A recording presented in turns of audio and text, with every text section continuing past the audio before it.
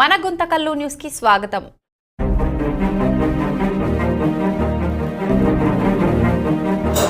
ఈరోజు సెప్టెంబర్ 15 మోచగుండం విశ్వేశ్వరయ్య గారి జయంతి శుభాకాంక్షలు తెలుపుకుంటూ ఈరోజు ఈ సమావేశాన్ని ఏర్పాటు చేసిన లయన్స్ క్లబ్ వారు, అదేవిధంగా ఇంజనీరింగ్ అసోసియేషన్ ప్రెసిడెంట్ రాము గారి ఆధ్వర్యంలో ఈ కార్యక్రమానికి చేసిన మన మున్సిపల్ చైర్పర్సన్ భవన్ మేడం గారు, మున్సిపాలిటీ ఎంఈఓ గారు, ఇంజనీర్ సత్తర్ గారు, ఇక్కడ ముందు ఉన్న ఇంజనీర్లు అందరికీ కూడా పేరు పేరున హృదయపూర్వక ధన్యవాదాలు తెలుపుకుంటున్నా. ఈరోజు మహనీయుడు మోచగుండం విశ్వేశ్వరయ్య గారు జన్మదిన వేడుకలు జరుపుకుంటూ ఈరోజు ఇంజనీరింగ్ డే కూడా, ఆ రోజు మహనీయుని కోసం ఇంజనీరింగ్ డే కూడా మనము ప్రకటించుకొని ఈరోజు ఆయన సేవలు, ఆయన చేసినటువంటి ఇంజనీరింగ్ బాధ్యత అనేది ఆయన గొప్పగా ఈరోజు మన భారతదేశంలోనే ఎన్నో ప్రాజెక్టులు నిర్మించి ఆయన చేసిన సేవలన్నీ కూడా మనం ఈరోజు జయంతి సందర్భంగా ఇంజనీరింగ్ డే రోజు ఆయన్ని స్మరించుకుంటూ మనము చేసే ఇంజనీరింగ్, మనం ఏదైతే మనము చేస్తున్నాం, ఈరోజు ఇంజనీరింగ్ వాళ్ళు ఒక ప్లాన్, దానికి ఆయువు ఒక ప్లాను మీరు ఇచ్చిన తర్వాత, ఒక కస్టమర్కి ఇచ్చిన తర్వాత దాని ఆయుష్ మనము 100 సంవత్సరాలు ఒక మనిషి బ్రతకచ్చు, కానీ మీరు ఇచ్చే ప్లాను ఆయువు అనేది అది 100 కాదు 1000 సంవత్సరాలు కూడా నిలిచిపోయే ఒక గొప్ప ఇంజనీరింగ్ మీరు ప్లాన్ మీరు ఇస్తుంటారు. కాబట్టి దాంట్లో కూడా మీరు ఏమాత్రము కూడా క్వాలిటీ కంట్రోల్ కానీ మీకు ఇచ్చిండే ఆ ప్లాన్లో మీరు పరిధి దాటుకోకుండా, ఒక కస్టమర్ వచ్చి తక్కువలోనే నాకు ఈ కన్స్ట్రక్షన్ జరగాలని అడుగుతాడు, కానీ వాళ్ళకి కూడా సమాధానం చెప్తూ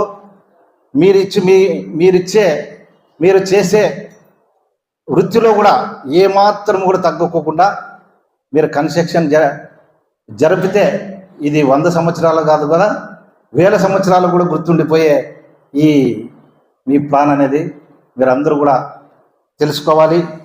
అదేవిధంగా ఈరోజు చూడండి, అనుకోకున్నట్లు కూడా ఈరోజు విజయవాడ ఈరోజు మనకి ఏం జరుగుతుందనేది కూడా మనం అందరూ కూడా చూసాం.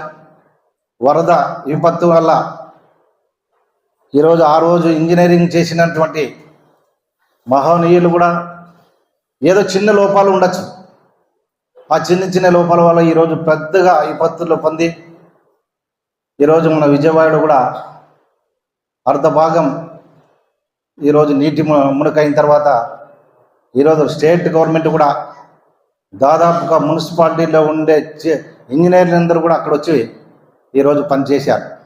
శానిటేషన్ కూడా ఇంజనీర్లు కూడా ఈరోజు స్టేట్ వైజ్ అందరూ కూడా విజయవాడలో 15-20 రోజుల నుంచి చక్కగా పనిచేసి, అదే ఇప్పుడు కూడా మా సత్తర్ గారు కూడా చెప్పారు, మనము ఏమైతే ఒక బిల్డింగ్ కన్స్ట్రక్షన్కి పర్మిషన్కి వచ్చినప్పుడు, మన మున్సిపాలిటీ ద్వారా పర్మిషన్కి వచ్చినప్పుడు ఖచ్చితంగా మనం అధికారులు, మున్సిపాలిటీ అధికార ఇంజనీర్లు మన ఎవరో వచ్చి రికమెండేషన్ చేసి ఒక ప్లాన్ తీసుకొచ్చి దాన్ని మనం పాస్ చేసే అవసరం లేదు. ఖచ్చితంగా మీరు బిల్డింగ్ ఆ ప్లేస్పై విజిట్ ఇచ్చి ఖచ్చితంగా సెట్ బ్యాక్, రాము గారు అన్నట్లు కూడా ప్రతి ఒక్కరికి కూడా చెప్పారు, సెట్ బ్యాక్ ఆ మున్సిపాలిటీ పరిధిలో మనకి ఏమైతే మనకు ఉంటుందో ఆ కన్స్ట్రక్షన్స్ తగ్గట్లా వాళ్ళు స్కెచ్ ఇచ్చిన తర్వాత, ప్లాన్ ఇచ్చిన తర్వాత దానికి ఏమాత్రం తగ్గకుండా కూడా మనం పర్మిషన్ ఇచ్చేదానికి ఒప్పుకోకుండా మనమందరూ కూడా ఇవన్నీ సహకారాలు మనం అందించాలి. గతంలో కూడా మన గుంటకల్లో కూడా మనం చూస్తూ ఉన్నాం. లేఅవుట్ వేసేటప్పుడు కేవలం 15 అడుగులు 18 అడుగులు మాత్రమే రోడ్లు కూడా వేశారు. ఒక్క బండి పోతే మరి ఇంకో బండి వచ్చేదానికి కూడా మనకు ఆస్కారం మేము చూసాం. ఎలక్షన్ మూమెంట్లో చూసాం. ప్రతి వీధి ప్రతి వాడ తిరిగినప్పుడు కేవలం 15 అడుగులు తప్పితే 18 అడుగులు అంటే మహా గుంటకల్ మొత్తం ఎక్కడైనా సిటీలో ఎక్కడైనా చూడండి 15 అడుగులు 18 అడుగులకినా మించి రోడ్లలో ఎక్కడ లేదు. ఇప్పటికైనా కూడా మనము భావి తరాలకి ముందు కూడా మనం ఆలోచించేసి ప్రతి లేఅవుట్ ప్లాన్ ఇచ్చేటప్పుడు ఖచ్చితంగా కనీసం 30 అడుగులు రోడ్లు కూడా ఇచ్చేటట్టు వాళ్ళకి పర్మిషన్ ఇవ్వాలంటే 30 అడుగుల రోడ్డు మనము వాళ్ళు ఏదైతే చూపిస్తారో ఖచ్చితంగా మనము దానికి మాత్రమే మనము పర్మిషన్ ఇవ్వాలి. కానీ ఇప్పుడు జనరేషన్ కూడా పెరిగే కొద్దీ అప్పుడు ఓన్లీ బైక్లో వెళ్ళేవాళ్ళు. ప్రతి ఇంటిలోనూ ఒక వెహికల్ ఫోర్ వీలర్ వెహికల్ ఖచ్చితంగా ప్రతి ఇంటిలో ఉంటుంది. ఇప్పుడు ఖచ్చితంగా మనకి ట్రాఫిక్ సమస్యలు కూడా ఎక్కువైపోయి వీధులకు వెళ్ళాలన్నా కూడా ఒక యజమాని పక్కలోనే వాళ్ళ సైట్ లేకుండా ఉంటే పక్కన రోడ్డు పైన ఒక కారు వదులుకుంటే మనం ఇంకో కారు కూడా అక్కడ వదిలేని పరిస్థితి, మెయిన్ రోడ్డు వదిలి నడుచుకుపోయే పరిస్థితి కూడా ఉంటుంది. నడుచుకొని పోవచ్చు కానీ ఏదైనా అనుకోకున్నట్లు మనకి ఏదైనా ఆ ఇంట్లో సమస్య హెల్త్ ప్రాబ్లం ఏమొచ్చినా ఒక అంబులెన్స్ పోయేదానికి కూడా మనకు ఆస్కారం లేకుండా గతంలో మనం పర్మిషన్ ఇచ్చాం.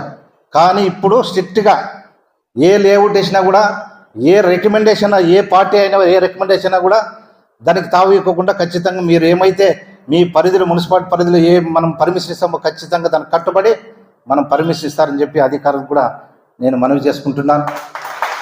ఈరోజు ఇటువంటి సందర్భంలో మనం ఇంజనీర్లు కూడా మనమందరూ కలుసుకొని ఈరోజు ఆయన విశ్వేశ్వరయ్య జ్ఞాపకాలు మనం స్మరించుకుంటూ ఆయన చేసిన సేవలు కూడా మనమందరూ గుర్తుపెట్టుకొని ప్రతి సంవత్సరం కూడా ఈరోజు ఇంజనీరింగ్ డే మనమందరూ కూడా కలిసి చేసుకుంటామని చెప్పి ఖచ్చితంగా మీకు మాటిస్తూ ఈ కార్యక్రమంలో ఈ మున్సిపాలిటీ ఆవరణలో కూడా మనం ఇటువంటి సమావేశం అయిందానికి మనము ధన్యవాదాలు తెలుపుకుంటూ ప్రతి ఒక్కరికి పేరు పేరున హృదయపూర్వక ధన్యవాదాలు తెలుపుకుంటూ సెలవు తీసుకుంటున్నటువంటి గురప్ప యాదవ్ గారికి, ఎల్టీపీ లైసెన్స్ అసోసియేషన్ చైర్మన్ అయినటువంటి రాము గారికి, అలాగే ఎల్టీపీ అసోసియేషన్ గుంటకల్ ప్రెసిడెంట్ అయిన నిషాద్ గారికి, అలాగే Lions club hurricane and old Lions club Guntakal వారికి, అలాగే ఇక్కడ ఇచ్చేసినటువంటి మున్సిపల్ లైసెన్స్ ఇంజనీర్స్, తర్వాత టీడీపీ పెద్దలందరికీ కూడా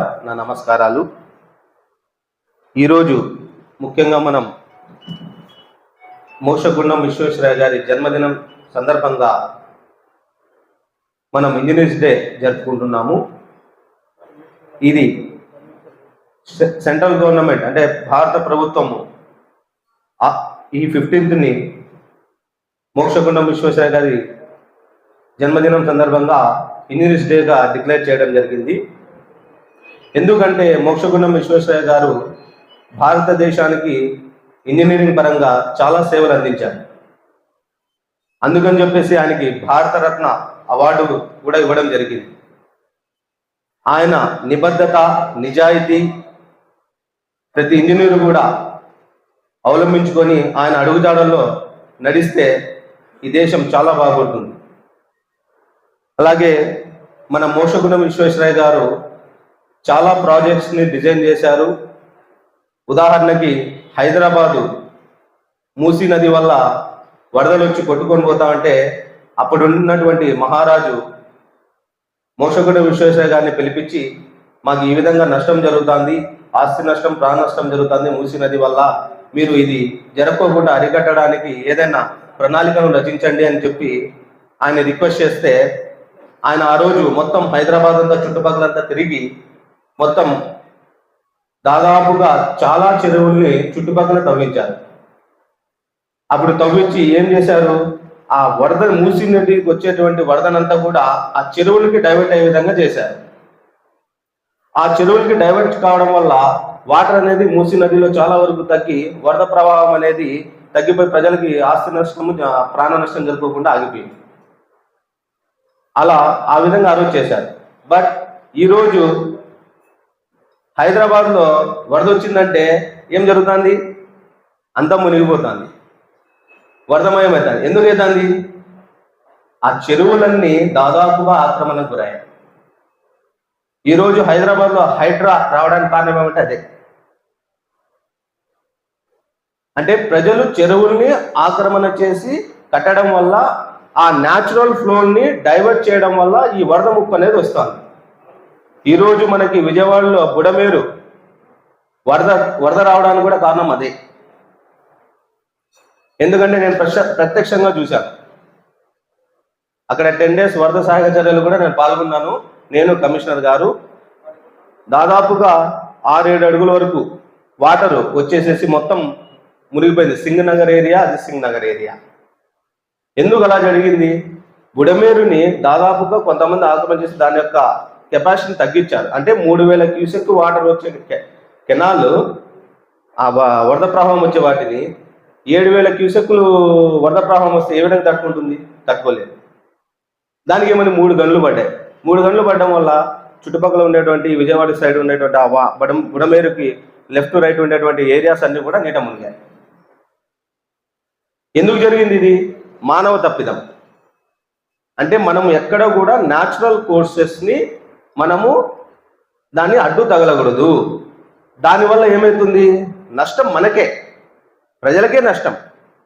అందుకు చెరువులు, వాగులు, కుంటలు, కాలువలు ఏవి కూడా ఆక్రమణకు గురైనాయంటే మాత్రము ఫ్యూచర్లో మనము దాని మీద చాలా నష్టం మనకే కలుగుతుంది. అది ప్రజలు గుర్తించి చేసుకోవాలి. ఎక్కడా కూడా మనము ఇప్పుడు రాము గారు చెప్పినట్టు రోడ్స్ ఇండ్లు కట్టుకునేటప్పుడు ఒక 5 అడుగులు వెనక్కిపోయి కట్టుకుంటే అతనికేం నష్టమే ఉండదు. కాకపోతే కరెక్ట్గా అతని ప్లేస్ ఎంతవరకు ఉందో ఆ డోర్ కడతాడు. కట్టేసేసి రోడ్డు మీదకి స్టెప్స్ వేస్తాడు. ఏమవుతుంది? రోడ్డు మీద స్టెప్స్ రావడం వల్ల ఆ ఏరియాని అక్కడ ఉండే రోడ్డు చిన్నగా అయిపోతుంది. దానివల్ల ఎవరికి నష్టము? అతనికే నష్టం. కాకపోతే ప్రజలు అది గ్రహించడం లేదు. ఇవన్నీ కూడా మనము మానవ తప్పిదాలే. ఈ మానవ తప్పిదాల వల్ల ఎవరు నష్టపోతారు? మనమే నష్టపోతాం. ఎందుకంటే ఒక ప్లానింగ్ అనేది లేకపోతే ఆ ప్లానింగ్ వల్ల అసలు ఇప్పుడు మాస్టర్ ప్లాన్స్ మనం ఎందుకు రెడీ చేస్తున్నాము? 20 ఏళ్ళకి ఒక మాస్టర్, మన ఫర్ ఎగ్జాంపుల్ మన గుంటకల్కే ఒక మాస్టర్ ప్లాన్ రెడీ అయింది. అది ఎందుకు? 20 yearsకి మన ఊరు ఈ విధంగా డెవలప్ కావాలి, ఈ విధంగా ఉండాలి, ఎక్కడ రెసిడెన్షియల్ ప్లేసెస్ ఉండాలా, ఎక్కడ కమర్షియల్ ప్లేసెస్ ఉండాలా, ఎంత రోడ్ విడ్త్, ఈ రోడ్ విడ్త్ ఎంత ఉండాలా, ఇదంతా కూడా ప్రణాళికాబద్ధంగా ఒక మాస్టర్ ప్లాన్ అనేది మనం రెడీ చేసి ఉంటాం. ఆ మాస్టర్ ప్లాన్ ప్రకారంగానే మన డెవలప్మెంట్ అనేది జరిగితే మన ఊరు నిజంగానే వెల్ ప్లాన్డ్ సిటీ అవుతుంది. అది ఎప్పుడైతే మనము దాన్ని తప్పిస్తామో ఆటోమేటిక్గా మన ఊరు అనేది అన్గ్రోతబుల్ అవుతుంది. ఇవన్నీ కూడా మనకి ఇంజనీరింగ్లో ఒక ఎలిమెంట్స్. ఇప్పుడు మోక్షగుండం విశ్వేశ్వరయ్య గారు చేశారంటే వాళ్ళు అప్పుడు ఆ విధంగా చేశారు కాబట్టి ఇప్పుడు బెంగళూరు సిటీ కానీ తర్వాత వేరే అదర్ సిటీస్, మైసూర్ కానీ ఇట్లాంటి సిటీస్ అన్ని కూడా ఒక ప్లాన్డ్ సిటీస్గా తయారయ్యాయంటే ప్లానింగ్, టౌన్ ప్లానింగ్ అనేది కరెక్ట్గా ఇంప్లిమెంట్ చేయడం జరిగితే కింద ఆ ఊరు నిజంగానే ప్లాన్డ్ సిటీ అవుతుంది. ఆ ప్లానింగ్ అనేది లేకపోతే కష్టం. సో అందరూ కూడా ఎవరైతే ఇక్కడ ఇంజనీర్స్ వచ్చారో వాళ్ళందరూ కూడా మీ దగ్గరకు వచ్చే క్లయింట్స్కి దయచేసి రోడ్ సైడ్ సెట్ బ్యాక్స్ అయినా మినిమం వదలకపోయినా road side setbacks minimum వదిలేటట్లా మీరు వాళ్ళకి సజెషన్ ఇచ్చి చేపించగలిగితే చాలా బాగుంటుంది. మీరు చెప్తే వింటారు వాళ్ళు. అలాగే పొలిటికల్ లీడర్స్ కూడా వాళ్ళకి వచ్చినప్పుడు మీరు కూడా వాళ్ళకి సజెషన్ అనేది ఆక్యుపై చేస్తుంటే వాళ్ళకి మందలించడం వల్ల వాళ్ళు కూడా కొద్దిగా తగ్గడం అవకాశం ఉంటుంది. ఆ విధంగా మనం ఎంక్రోచ్మెంట్స్ కూడా మ్యాక్సిమం కవర్ చేయడానికి స్కోప్ ఉంటుంది. ఎందుకంటే వాళ్ళు చేయడం వాళ్ళు ఏదో వాళ్ళ పక్కనోడు చేశాడు మనం చేస్తాము అనేది లేకోకుండా మనం ఎప్పుడైతే వాళ్ళని రెగ్యులేట్ చేయగలుగుతామో మన ఊరు కూడా చాలా ప్లానెడ్గా ఉంటుంది. దయచేసి ఇదంతా కూడా అందరూ గమనించాలని కోరుకుంటూ ఈ అవకాశం ఇచ్చినటువంటి ఎల్టీపీ అసోసియేషను, లయన్స్ క్లబ్ అందరి మిత్రులందరూ కూడా నా ధన్యవాదాలు తెలుపుకుంటూ ఇంతతో సెలవు తీసుకుంటున్నాను.